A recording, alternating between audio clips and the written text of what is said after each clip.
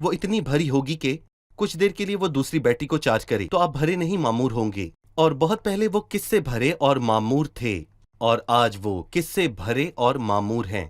نیکی کے حوالے سے ہم تیسرے باب کو بھی یاد کرتے ہیں، جب اس نے کہا کوئی بھی راست باز نہیں، ایک بھی نہیں ہے کوئی راست باز نہیں، لیکن وہ یہاں کہہ رہا ہے تم آپ نیکی سے معمور اور تمام معرفت سے بھرے ہو اور ایک دوسرے کی نصیحت کر سکتے ہو۔ سکتا ہے کہ کوئی ہو جو پہلی دفعہ دیکھ رہا ہو اور اس نے پچھلی ایک سات نہ دیکھی ہو، اور آپ کہہ رہے ہیں کہ رومیو کے خط کے تیسرے باب میں لوگ بدعنوانی اور بگاڑ سے بھرے ہوئے اور معمور تھے، اور یہاں لوگ نیکی سے معمور ہیں۔ کوئی ایسی حالت سے یہاں تک کیسے آیا، اور انسان کو کوئی وہاں سے یہاں تک کیسے بدل سکتا ہے؟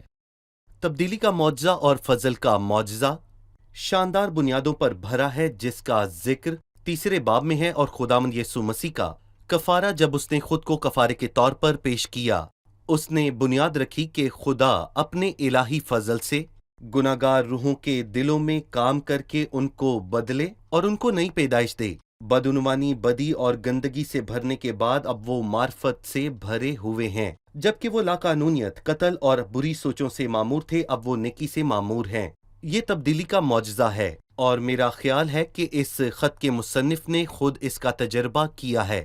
وہ معمور تھا اور خداوند کے شاگردوں کے دھمکانے اور قتل کرنے کی دھن میں مسرور تھا، اور اس کے بعد وہ ان سب جانوں کے لیے، یہاں تک کہ دشمنوں کے لیے محبت نیکی اور رحم دلی سے بھرا ہوا اور معمور تھا۔ وہ اس معموری کے نتیجے میں کہتا ہے ایک دوسرے کو نصیحت بھی کر سکتے ہو۔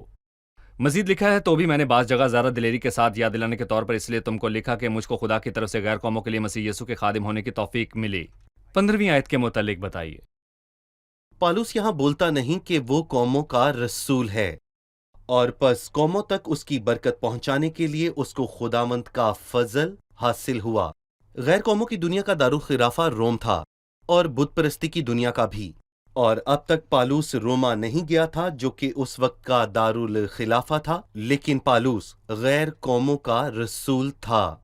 اس سے پہلے کہ وہ ان کے پاس جاتا، وہ کہتا ہے میں نے بعض جگہ زیادہ دلیری کے ساتھ یاد دلانے کے طور پر اس لیے تم کو لکھا کہ میں نے مختصر لکھا، اس لیے تمہارے لیے صرف یہ لکھنا کافی نہیں کہ میں تمہارے پاس آ رہا ہوں، لیکن میں نے کچھ نکات پر لکھ دیا ہے بھائیوں کہ تمہیں یاد دلاؤں، کیونکہ خداوند سے مجھے توفیق ملی کہ نیکی اور برکت پہنچاؤں۔ میں ابھی یہ خط کے ذریعے کرتا ہوں، پھر خدا کے فضل سے تمہارے پاس آؤں گا۔ ہم ایک وقفے کے بعد مہمانوں کے سوالات کے ساتھ حاضر ہوں گے۔ ناظرین، وقفے کے بعد آپ سے دوبارہ ملاقات ہوگی، ہمارے ساتھ رہیے۔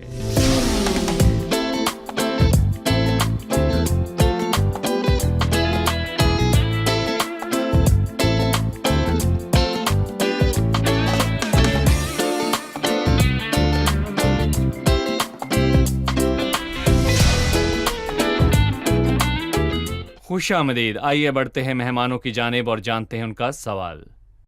میرا ایک سوال ہے، 16ویں آیت میں وہ کہتا ہے کہ میں خدا کی خوشخبری کی خدمت کاہن کی طرح انجام دوں تاکہ غیر قومیں نظر کے طور پر روح القدس سے مقدس بن کر مقبول بن جائیں۔ کیا آپ اس کی وضاحت کر سکتے ہیں؟ بھائی اس آیت کے متعلق ہمیں بتائیے۔ جی بالکل، اس کو وضاحت کی ضرورت ہے، کیونکہ کچھ لوگ اس آیت کو غلط سمجھتے ہیں اور اس کی غلط تشریح کرتے ہیں۔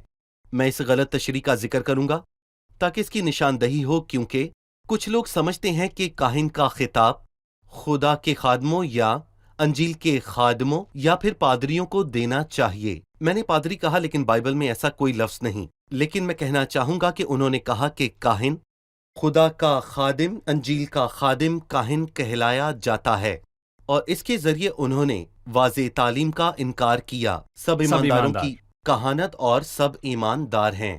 انہوں نے کہا کہ پالوس یہ کہہ رہا ہے، پر انہوں نے فقط یہ نہیں کہا کہ اس نے خود کو کاہن کہا، انہوں نے نظر کی طرف اشارہ کیا اور کہا کہ بائبل مقدس میں نظر گزراننا ہے۔ ہم قوموں سے یہ نظریں لیتے ہیں، غیر ایمانداروں سے، لیکن جب ہم اس پر چند الفاظ پڑھتے ہیں تو غیر قوموں کی نظر روح القدس سے مقدس ہو کر قبول ہوتی ہے۔ یقیناً یہ وضاحت بائبل کی تعلیم سے مکمل طور پر تضاد رکھتی ہے، اور یہ پہلی بات ہے اور میں یہ واضح کرنا چاہوں گا کہ یہ اصل معنی سے میں بہت جاننا دور چاہتا ہے۔ ہوں کہ یہ بائبل کی تعلیم سے تضاد کیوں رکھتی ہے اور پھر یہ اصل معنوں سے دور کیوں ہے، تاکہ ناظرین اور مہمان اس کو سمجھ سکیں۔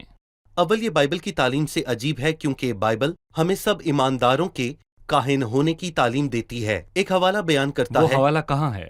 جو کہ پہلے پطرس کے 2 باب کی 5ویں آیت میں ہے۔ ہم پڑھتے ہیں کہ تم بھی زندہ پتھروں کی طرح روحانی گھر بناتے جاتے ہو تاکہ کاہنوں کا مقدس فرقہ بن کر، اور پھر پہلے پطرس کے 2 باب کی 9ویں آیت میں یہ لکھا ہے، لیکن تم ایک برگزیدہ نسل، شاہی قوموں کا فرقہ، مقدس قوم اور ایسی امت ہو جو خدا کی خاص ملکیت ہو، تاکہ اس کی خوبیوں کو ظاہر کرو جس نے تمہیں تاریکی سے اپنی عجیب روشنی میں بلایا۔ اور عبرانیوں کے باقی حوالہ جات میں اور پھر مکاشفہ پہلے باب کی 5ویں آیت میں لکھا ہے کہ اور یسوع مسیح کی طرف سے جو ہم سے محبت رکھتا ہے اور جس نے گناہوں اپنے سے خون کے وسیلے خلاصی ہمیں بخشی۔ گناہوں سے مخلصی بخشی اور ہم کو ایک بادشاہی بھی اور اپنے خدا اور باپ کے لیے کاہن بنا لہٰذا دیا۔ یہ وہ تعلیم ہے جو کہتی ہے کہ سب ایماندار کاہن ہیں۔ صحیح۔ سیاق و سباق کیا ہے؟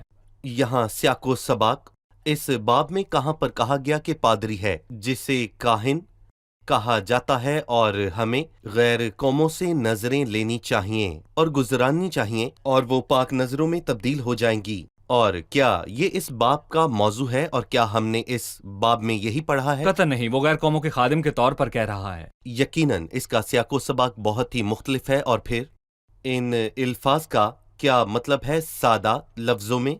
میں کہوں گا کہ یہ سادہ لفظ پرانے عہد نامے کے کچھ خاص حصوں سے لیے گئے ہیں جو میں یہاں گنتی کے 8ویں باب سے پڑھنا چاہوں گا۔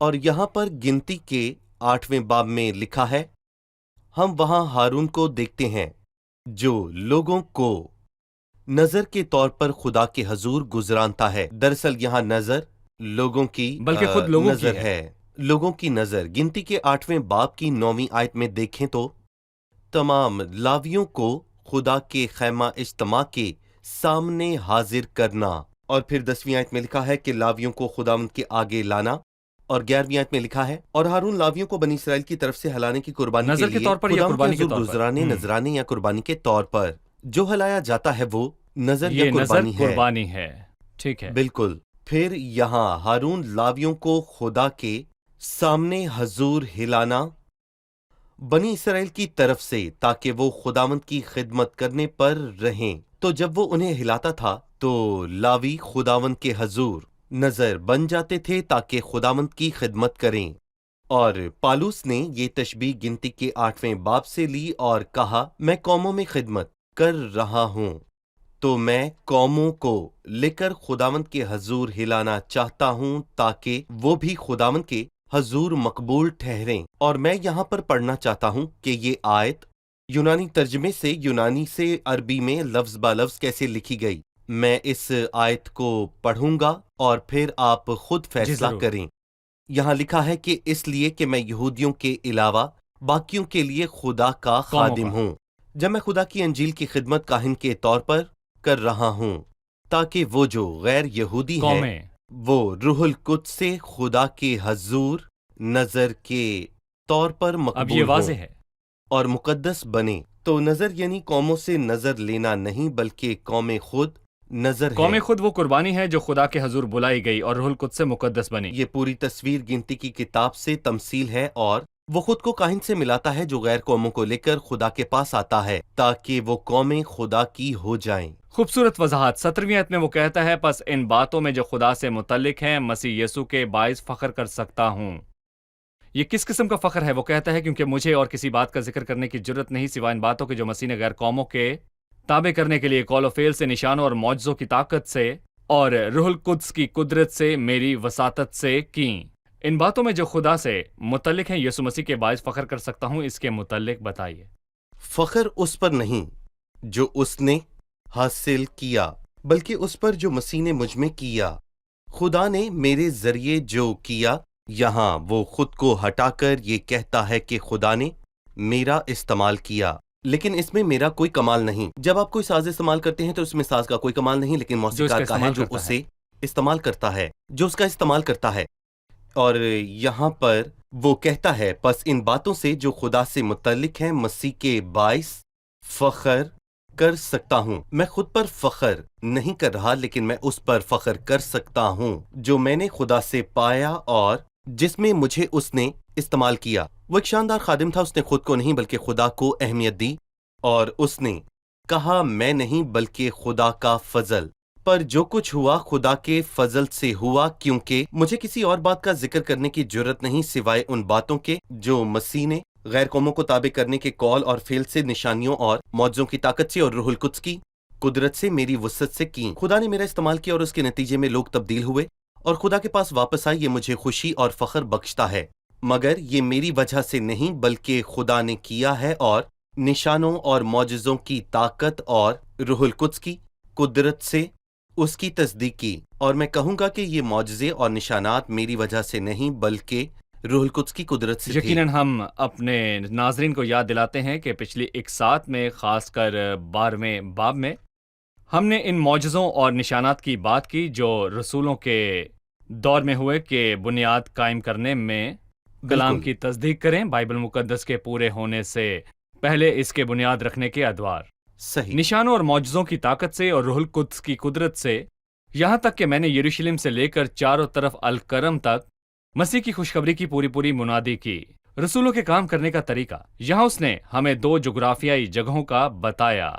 یہ یروشلم سے بہت دور تھا، لہٰذا میں یہ جاننا چاہتا ہوں کہ پولس یہ کام اکیلے کیسے کر سکتا ہے. کوئی اس دور میں کسی سہولت اور تنظیم اور سہارے کے بغیر اکیلے کیسے کر سکتا ہے؟ اس نے یہ سب کام کر لیا اور آخر میں وہ کہتا ہے میں اچھی کشتی لڑ چکا، میں نے دوڑ کو ختم کر لیا. یقیناً وہ آج ایک فوج کا سپاہی تھا. اس نے ایک مرتبہ کہا لیکن میں اپنی جان کو عزیز نہیں سمجھتا کہ اس کی کچھ قدر کروں بامقابل اس کے کہ اپنا دور اور وہ خدمت جو خدا یسوع مسیح سے پائی اسے پوری کروں. اس نے کہا کہ میں خوشی سے خرچ کر دوں گا بلکہ خود بھی خرچ ہو جاؤں گا. اس کی روح اس کے لیے قیمتی نہیں تھی، اسے بس منادی سے مطلب تھا. اگر آپ اعمال کی کتاب پڑھیں، وہ جسے تب تک سنسار کیا گیا جب تک انہیں لگا کہ وہ مر گیا. پھر انہوں نے اسے شہر سے باہر گھسیٹا. اگر وہ اب تک نہیں مرا تھا تو گھسیٹنے سے مر جاتا. اور آپ جانتے ہیں کہ جب بھائیوں نے اسے گھیرا تو وہ تازہ دم ہوا اور اس نے قوت پائی. وہ اٹھ کر شہر میں منادی جاری رکھنے کے لیے گیا. پھر فلپی کی قید میں اسے مارا گیا اور بے انصافی سے پیش آئے اور بہت سے بینت لگا کر ان کو قید خانہ میں ڈالا گیا. اور آدھی رات کے قریب خداوند یسوع مسیح نے ایک معجزہ کیا اور اس کو باہر نکالا. وہ کلیسیا کے پاس گیا تاکہ ان کو تسلی دے. اور میں یہاں پر یہ کہنا چاہوں گا کہ تسلی کس کو دینی چاہیے؟ تمہیں 1 مہینہ ہاسپٹل میں رہنا چاہیے تاکہ تمہارے زخم ٹھیک ہوں. پر وہ وہاں گیا تاکہ انہیں تسلی دے اور پھر وہ تھسلنیکے روانہ ہوا اور وہاں جا کر خدمت کی. وہ جسے اپنے آپ سے غرض نہیں تھا. اور اس نے 14ویں باب میں کہا کہ ہم میں سے نہ کوئی اپنے واسطے جیتا ہے اور نہ کوئی اپنے واسطے مرتا ہے. اگر ہم جیتے ہیں تو خداوند کے واسطے جیتے ہیں، اگر ہم مرتے ہیں تو خداوند کے واسطے مرتے ہیں. پس ہم جیئیں یا مریں خداوند ہی کے ہیں. آپ کہنا چاہتے ہیں کہ یہ لگن ہمیں وہ حاصل کرنے میں مدد دیتی ہے جو کام خداوند نے ہمیں سونپا ہے. آپ کا مطلب یہ لگن ہمیں وہ حاصل کرنے میں مدد کرتی ہے جو کام ہمیں مسیح نے کرنے کو سونپا ہے. اور بھروسہ رکھیں خداوند اپنے جانثار بندے کے ساتھ وہ کرے گا جو آپ تصور اس کو واضح کرنے کے لیے پولس اپنی وقف کردہ زندگی میں ان 2 مقاموں کے بیچ خداوند کی خدمت کرنے کے قابل رہا. یروشلم اور الکرم، ان 2 جگہوں پر یا ان 2 مقاموں کے بیچ کی جگہوں پر وہ مکمل کرنے کے قابل ہوا. پرانے زمانے میں سمسون خدا کے روح میں بڑا ہوا کہ اس کے لوگوں کو بچائے. اس کی خدمت کی جگہ زرعہ اور استال کے بیچ تھی. کیا وہ ان 2 جگہوں میں خداوند کو عزت بخشنے کے لائق ہوا؟ ویسے زرع اور استال کیا ہیں؟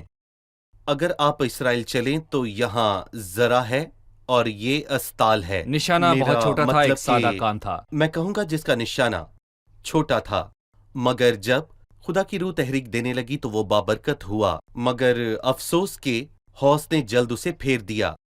تو ہم ایک سانحے کے بارے میں پڑھتے ہیں. سمسون کی کہانی ایک سانحہ تھی جس کے نام کا مطلب ہے میرا سورج. جبکہ وہ مر گیا ابھی دن ہی تھا، سورج غروب ہو گیا. یہ خدمت گزاروں کے لیے تنبیہ ہے کہ انہیں اس خدمت کے دائرے سے باہر نہیں جانا چاہیے جس کا ذمہ خداوند نے انہیں دیا ہے. اس نتیجے کو سمسون سے دیکھنا چاہیے اور پولس سے حوصلہ حاصل کرنا چاہیے. ہم ایک وقفے کے بعد مہمانوں کے سوالات کے ساتھ حاضر ہوں گے. ناظرین، وقفے کے بعد دوبارہ حاضر ہوں گے، ہمارے ساتھ رہیے.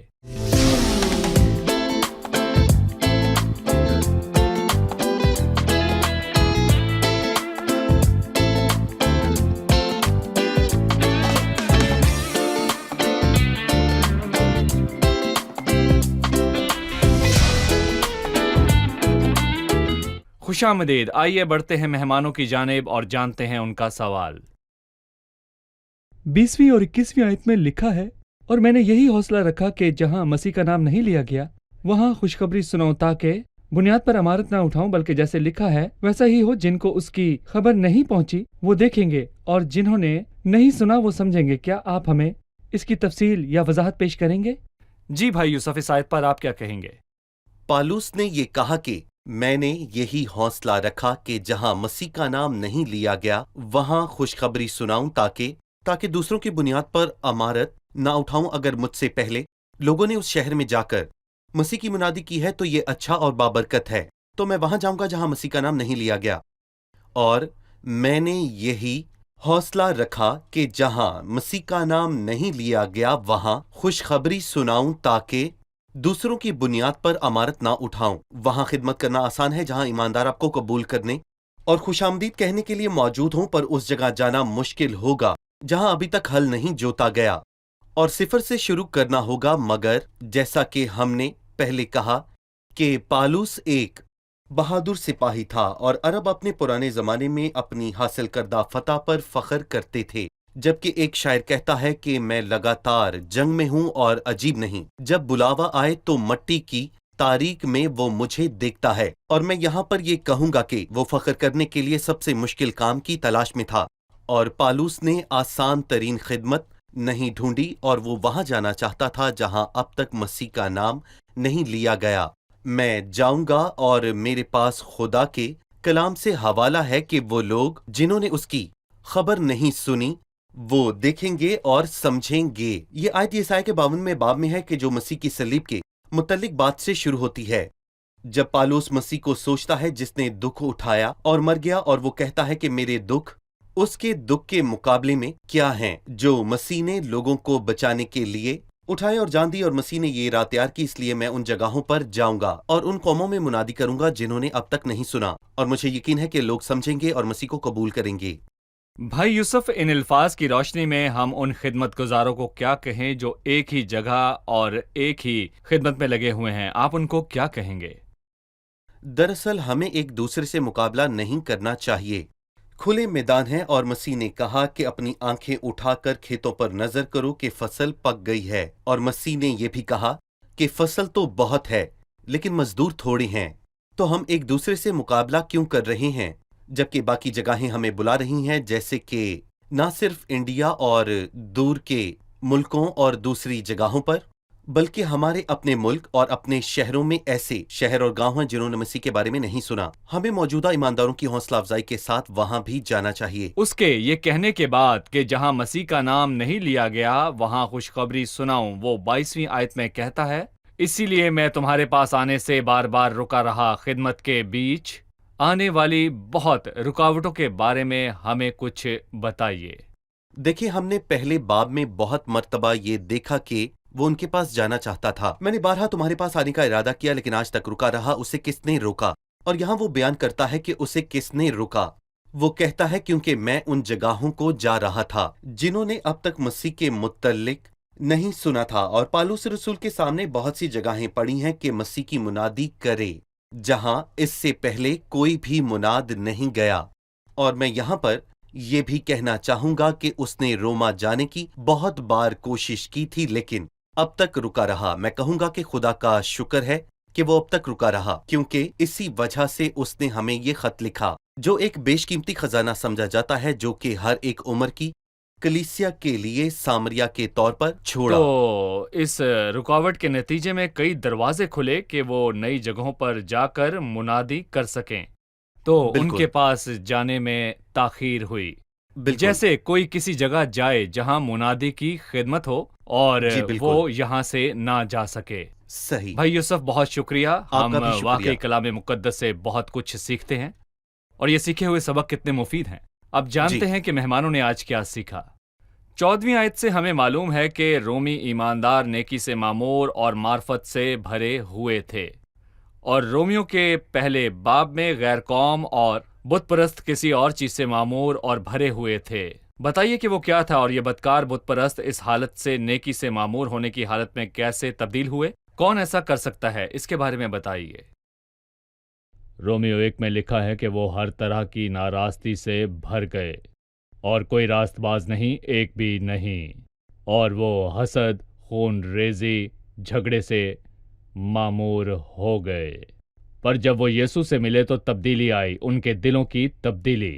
وہ اس کے الٹ ہو گئے، نیکی سے بھرے نہیں بلکہ معمور ہو گئے کہ وہ بھرپور بھر گئے کہ بہت وقت تک اسے دے سکے، نیکی اور اچھے کاموں اور روحانی برکتوں سے بھر گئے۔ کس نے یہ تبدیلی اور فرق پیدا کیا؟ یہ تبدیلی ان کے دلوں میں خداوند یسوع لایا۔ جب انہوں نے اپنے دل اس کے آگے جھکائے تو یہ تبدیلی واقع ہوئی۔ 16ویں آیت میں وہ اپنے اور غیر قوموں کے متعلق کہتا ہے کہ میں خدا کی خوشخبری کی خدمت کاہن کی طرح انجام دوں تاکہ غیر قومیں نظر کے طور پر روح القدس سے مقدس بن کر مقبول بن جائیں۔ کیا اس کا مطلب یہ ہے کہ پولس ایک کاہن ہے اور وہ جو غیر قوموں سے نظر لیتا ہے اسے وہ گزرانی چاہیے کہ مقدس بنے؟ یہاں اس خیال کے متعلق ہمیں پہلے کچھ لوگوں کی طرف سے اس کی غلط تشریح کی بات کرنی چاہیے۔ انہوں نے سوچا کہ پولس ایک کاہن ہے اور یہ کہانت چند لوگوں کے لیے مخصوص ہے۔ پادری جو لوگوں سے کچھ چیزیں لے کر نظر کرتا ہے اور ان پر دعا کرتا اور قربانی کے طور پر پیش کرتا ہے، یہ خیال دو وجہ سے درست نہیں۔ پہلا، بائبل کی عام تعلیم کے مطابق پوری بائبل ہمیں تمام ایمانداروں کی کہانت کی تعلیم دیتی ہے۔ ہم نے اس قسط کے دوران بائبل کے بہت حوالہ جات کا ذکر کیا کہ ہم برگزیدہ نسل، شاہی کانوں کا فرقہ ہیں اور یہ خصوصیت سب ایمانداروں کے لیے ہے۔ اور اس باب کا حوالہ جو آج ہم پڑھ رہے ہیں یہ کہانت اور نظر گزارنے کے بارے میں بالکل نہیں ہے۔ ان آیات کے متعلق جو درست خیال ہم نے سمجھا ہے وہ یہ ہے کہ وہ ان قوموں کو لے کر خدا کے حضور پیش کرے گا اور خدا کے حضور بلائے گا، اور اس نے یہ مشابہت گنتی کی کتاب کے 8 باب سے لی جہاں کاہن لاویوں کو پیش کرتا ہے اور خدا کے حضور بلاتا تھا تاکہ ان کی خدمت ہو۔ پولس یہاں وہی تصویر استعمال کرتا اور کہتا ہے کہ وہ قوموں کو خدا کے حضور لے جا کر بلائے گا تاکہ وہ خدا کے حضور مقبول ہوں۔ وہ خود ایک قربانی ہے۔ بھائی یوسف بہت شکریہ۔ آپ کتنے نمبر دیں گے؟ بہت خوب، میں 100/100 بہت شکریہ، دوں خدا گا۔ آپ کو برکت دے۔ خدا ان کے فضل سے اگلے خدا پروگرام آپ کو میں آپ برکت سے دے۔ پھر ملاقات ہوگی۔ جی ضرور۔ ناظرین، اگلے پروگرام میں آپ سے پھر ملاقات ہوگی۔ خدا آپ سب کو برکت دے۔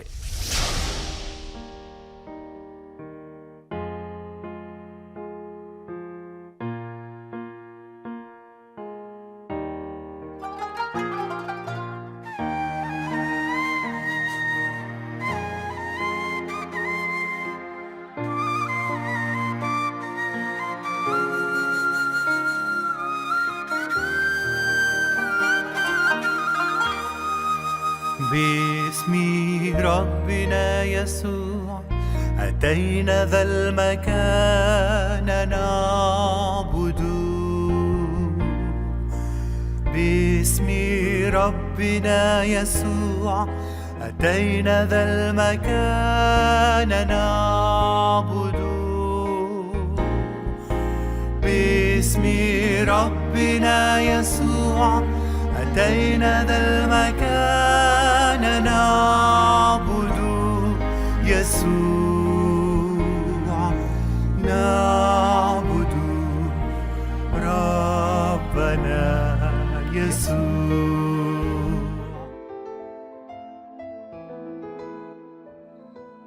تیرا کلام رہے گا قائم پہاڑ جب نہ رہے خدایا، تیرے منہ کی ایک بات بھی ٹلے گی نہ چاہے کچھ بھی ہو، تیری مان دیے ہے زندہ سونے سے بھی قیمتی، میرا دل یہ دے گواہی ہے یہ کتاب عظیم، نازل کرے اپنا کلام شکستہ دلوں کو سکون ملے، تاریکی دور ہو میری راہیں روشن کر، دل اپنا کلام کثرت سے اے خدا بدل دے، رہائی دے کثرت سے پھل میں نام، کلام رہے گا قائم پہاڑ جب نہ رہے خدایا، تیرے منہ کی ایک بات بھی ٹلے گی نہ چاہے کچھ بھی ہو۔